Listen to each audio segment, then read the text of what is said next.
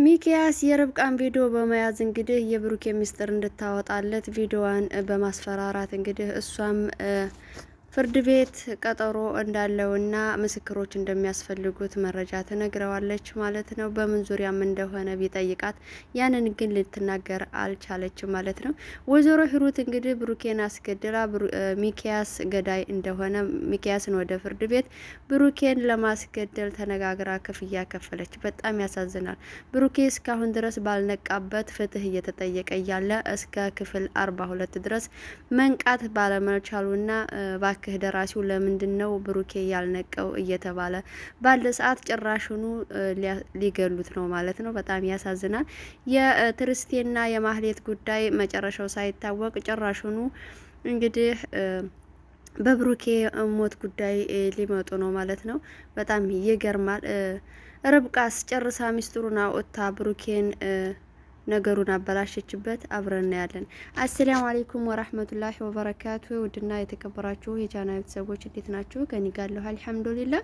እንዲሁም ክርስቲያን ወገኖቼ ሰላም ጤና ይስጥልኝ ብያለሁ። ለቻናል አዲስ የሆናችሁ ሰብስክራይብ ያደረጋችሁ ቤተሰብ ሁኑ። እንዲሁም ነባሮቹ ላይክ ሼር ያደረጋችሁ አበረታቱ ማለት ነው። እንግዲህ ሁልጊዜም እንደተለመደው ያው ተከታታይ ድራማችንን ይዘን ብቅ ብለናል ማለት ነው። በጣም በሚያሳዝን ጉዳይ ነው የዛሬው። በተለይ በጣም ይገርማል። አንድ ሰው ላይ ይህን ያክል በደል መብዛቱ ለምን አስፈለገ?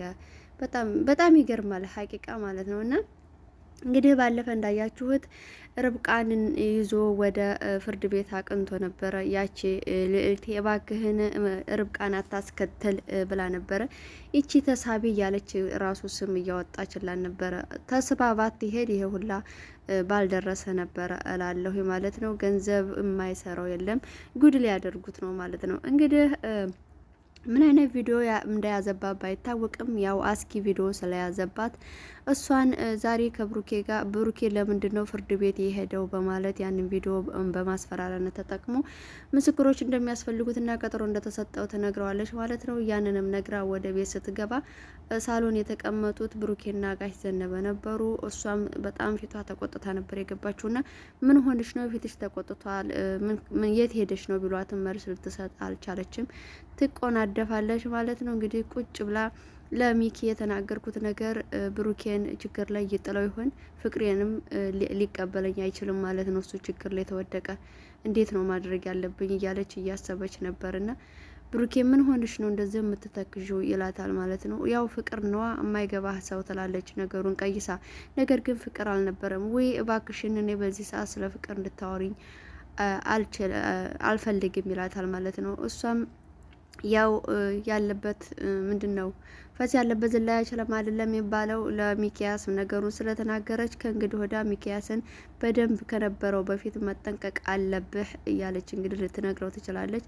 አዎ እሱንማ መጠንቀቅ አለብኝ እኔና ሚኪያስ እንግዲህ ኃይለኛ ደመኛ ነን እያለ እሱም እየፈከረ አንተም ልዕልቴን እያሰብክ ነው ትለዋለች ማለት ነው። ነገር ግን ውይ እባክሽን ተይኝ እኔ በዚህ ሰዓት ብዙ ችግር አለብኝ ይላታል ማለት ነው። እንግዲህ የሚኪያስ የብሩኬን ብር የሚወሰዱት እነዳጊም እንግዲህ እዛው ቂማቸው ላይ ነበሩ። ከዛም ከንስተው እንግዲህ ወደ ጭፈራ ቤት አቅንተው ጭፈራው ይቀወጣል እላቸዋለሁኝ።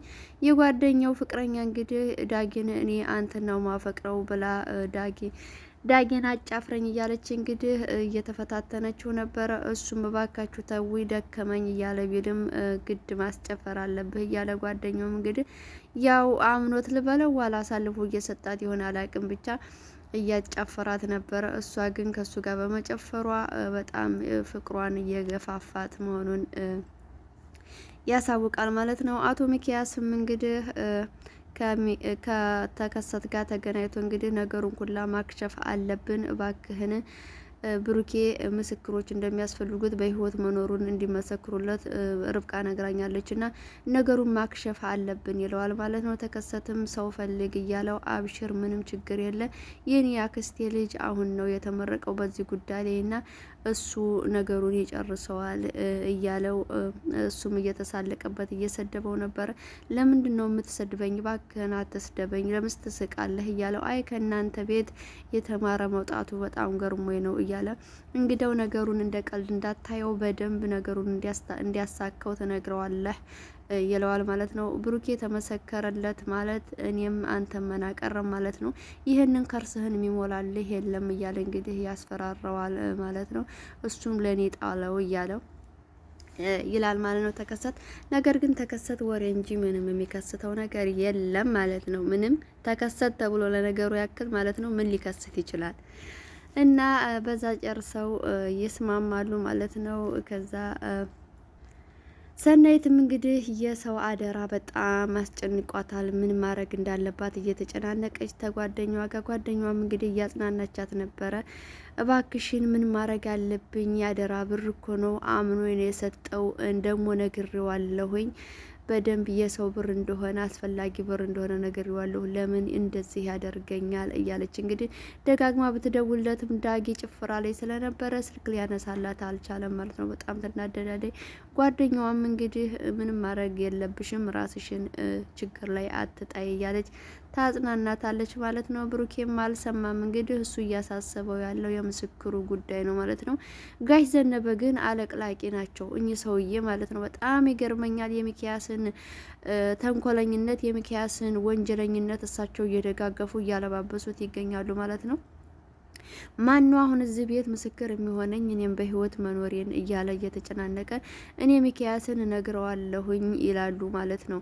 በጭራሽ ሚኪያስ ለእኔ ሊመሰክር አይችልም፣ ምንም ማድረግ እንዳለብኝ ግራ ገብቶኛል እያለ እንግዲህ ርብቃም አዎ እሱ ለሱ አይመሰክርም ደህና ነገር ስለማያስብ ብላለች። እሳቸው ግን እኔ እንደምንም ብዬ አናግረዋለሁኝ አንተ ወይዘሮ ሂሩትን አናግራት ይለዋል። ወይዘሮ ሂሩትን በእጄ ልትለኝ አትችልም በባለፈው ነገር እያለ እንግዲህ ብሩኬ ይጨናነቃል ማለት ነው። እንግዲህ ብሩኬም ወደ ውጪ ይወጣና ወደ ሰናይት ጋር ይደውላል ማለት ነው። ሰናይትም እንግዲህ ያው ለብሩ ነው ብላ በጣም ደነገጠች። ነገር ግን አልነበረም። ነገ ላገኘሽ እችላለሁ ስላት አዎ ችግር የለውም ታገኘኛለህ ትለዋለች እሷም ማለት ነው። እንግዲህ ጋሽ ዘነበም በረንዳ ላይ ቁጭ ብለው ሚኪያስ ሲወርድ ያናግሩታል ማለት ነው። እሱም እንግዲህ ያው ድህነት ባለው በሌለው ነው ያለው ሰው የሚናገረውና የልጆቹን ጫማ ለምን አጸዳህ ብለው እንግዲህ ብሎ ይቆጣቸዋል ማለት ነው። እሳቸውም ቆሽሾ ስላገኘሁት ነው ያጸደሁላቸው እያለ እንግዲህ በነገር እኔ እንደ ትርስቴ እንዳልመስሎ እያለ እንግዲህ ያንገላታቸዋል ማለት ነው። እሳቸውም እንግዲህ አይ ምን ነው ልጄ በሰላም አስብክበት ድረስ ለምንድን ነው በጧት እንደዚህ ነገር ይላሉ ማለት ነው። ነገር ግን እኔ የጠበቁ የሆነ ነገር ላማክረህ ነበር ይሉታል። እሱም ለብሩኬ ምስክርነት እንደሚያስፈልገው ይናገራሉ ማለት ነው። እሱ የብሩኬን ጉዳይ ለማጨናገፍ ይሞክራል። እሳቸው ደግሞ ወጥተው ይናገራሉ ማለት ነው። ብሩኬ በህይወት መኖሩ ምስክር ስለሚያስፈልገው አንተ ደግሞ ጓደኛው ስለሆንክ ለምን ምስክር አትሆነውም ብለው ሲነግሩት እሱም ይሄማ ምርጥ አማራጭ ነው ይልና እሺ ማለት አለብኝ ብሎ እሺ እኔ ችግር የለውም እንደው ምስክርነት ሆኘው ጭንቅላቱ ላይ የተቀረጸውን ችግር ሁላ እንዲያምነኝ ማድረግ አለብኝ ይላል ማለት ነው። በጭራሽ ግን የማይሆን ነገር ነው። በዛ ተስማምቶ እንግዲህ ጋሽ ዘነበ መርቀውት እሱም አማራጭ አገኘሁ ብሎ ያቀናል ማለት ነው። ወደ ውጪ ተከሰት ጋር ተገናኝተው እንግዲህ ምስክር እንደሚሆን ይነግረዋል ማለት ነው። በጣም ተደስተው ይዝናናሉ ማለት ነው። ጋሽ ዘነበም እንግዲህ ገብተው ቁጭ ላሉ ብሩኬም ወደ ወይዘሮ ሂሩት ጋር ያቀናና በህይወት መኖሬን ምስክርነት እንድትሆኝ ፈልጌ ነበር ይላታል ማለት ነው ብሩኬ። እሷም ግን እኔ እናንተ እንግዲህ ወዲያ ጠላት እኮ ነን፣ በጭራሽ እኔ ፍርድ ቤት ቆይሜ ለአንተ ምስክርነት ልሰጥ አልችልም ትለዋለች። ለምንድን ነው በዚህ ልክ አንቺ ምን የሰራሹ ነገር አለ እኔ ማላቀው ፍርድ ቤት ማትቆም ይላታል። እኔ እናንተ ጠላት ስለሆነን እንግዲህ እኔ ከልጄ ገዳይ ከሚኪያስ አላተናንስህም፣ ባንድ አይን ነው ማያችሁ፣ ሁለቱም ለኔ ጠላት ነው ብላ እንግዲህ ትለዋለች። እሱ የሚናደድና ወደ ጋሽና ርብቃ ወዳሉበት እያቀናል። ተናዶ ይገባል። ምን ሆነህ ነው ስትለው ሲሉት እንግዲህ ጋሽ ዘነበም ርብቃም እምቢ አለችኝ እኮ እኔ ላንተ አልመሰክርም፣ እኔ እናንተ እንግዲህ ከልጄ ገዳ አላተናንስህም፣ ጠላቶች ናችሁ አለች ብሎ ይናደዳል። እኔ ሚኪያስን እኮ አናግሬው ነበር እሺ ብሏል፣ እናንተ እንዳሰባችሁት አይደለም ሚኪያስ ይላሉ ጋሽ ዘነበ ማለት ነው። ጋሽ ዘነበ ግን በጣም አስመሳይ ናቸው። ወንጀለኛን ለመደበቅ የጣሩ ሽማግሌ ማለት ነው። ሽማግሌ ይችኛዋ ደግሞ ርብቃ ደግሞ የሆነች ተሳቢ፣ እውነቷን ነው እኮ ተሳቢ አለችው ማለት ነው። እንግዲህ በጭራሽ እሱማ ምስክር ሊሆን አይችልም ትላለች ርብቃ። እሱ ግን ምን አማራጭ አለ ታዲያ? ነገር ግን እሱ እሺ ያለው የሆነ ነገር ላስቦ ነው ይላል ማለት ነው። እንግዲህ ወደ ሰናይትን ሊያገኝ ይወጣል ማለት ነው። እንግዲህ ሰናይትም ወደ ዳጊ ጋር ጓደኛ ጋር ትደውልና እባክህን አላገኘኸውም ወይ ብላ የመጨረሻ እኔ እሱን በቃ ማሳሰር አለብኝ ካልመጣ ካላነሳ እያለች ትነግረዋለች ማለት ነው ለጓደኛው። ጓደኛው ምን ማድረግ አለብን ብሎ ይለዋል። እሱም ነገር ግን ብሩ መና ቀርቷል፣ ምንም ዋጋ የለውም ማለት ነው። እንግዲህ የዳጊም እንግዲህ ከጓደኛው ፍቅረኛ ጋር አሳስተው እንዳደረ በጣም እንደተናደደ ነበረ የሚያሳየው ነገር። መጠጥ የማያሳስተው የላደል የሚባለው። እንግዲህ ብሩኬ ወደ ሰናይትን ለማግኘት ያችኑ ተሳቢውን ይዞ እየሄደ እየተሳሳቁ ምን ያስቀሃል ስትለው እንግዲህ አያችን ልዕልቴ እኮ ያለችው ወዳ አይደለም ስም ያወጣችልሽ ተሳቢ ያለችው እያለ እንግዲህ እየተሳሳቅባት ነበረ። እንግዲህ ሰናይትንም አግኝቶ እንግዲህ ምስክርነት እንድትሆነው እሷ ግን ብሩ ሊጠይቄ ነው ብላ በጣም ነበረ እየደነገጠችው። እሱ የላሳሳቢ ጉዳይ ገጥሞት ነው ማለት ነው። በህይወት መኖሬ እንድመሰክር ሊፈልግ የነበር ይላታል። እሺ ችግር የለውም አብሽር ትለዋለች። እሷም እንግዲህ ጠበቃዋን ልዕልቴን አናግሮ እንደሚነግራት ይነግራትና ይሰነባበታሉ። ወይዘሮ ሂሩትም እንግዲህ ወደ ብሩኬ ገዳይ ጋር አቅንታ ፎቶውንና ብሩን ትሰጣለች ማለት ነው። በደንብ አስጠንቅቀው የሚኪያስን ሰዓትና ብሩን ፎቶውን ስትሰጠው ብሩኬ በሳንጃ እንደተወጋ አድርገህ ነው የምትገለው። ይህን ዛት ደግሞ እዛው ተጠለዋለህ። ሬሳው ላይ ተታገሉ የወደቀ እንዲመስል የሚኪያስ አሻራ ነው፣ በደንብ በጥንቃቄ ማድረግ አለብህ ብላ ታስጠነቅቀዋለች ማለት ነው። ሸባውም እንግዲህ ለእኔ ተይው ችግር የለውም ብለው ያንን ብር ተቀበሉ። ብሩኬን የእውነት ምንድን ነው እንደዚህ በደል ያበዛችሁበት? ለምንድን ነው የሁላ በደል?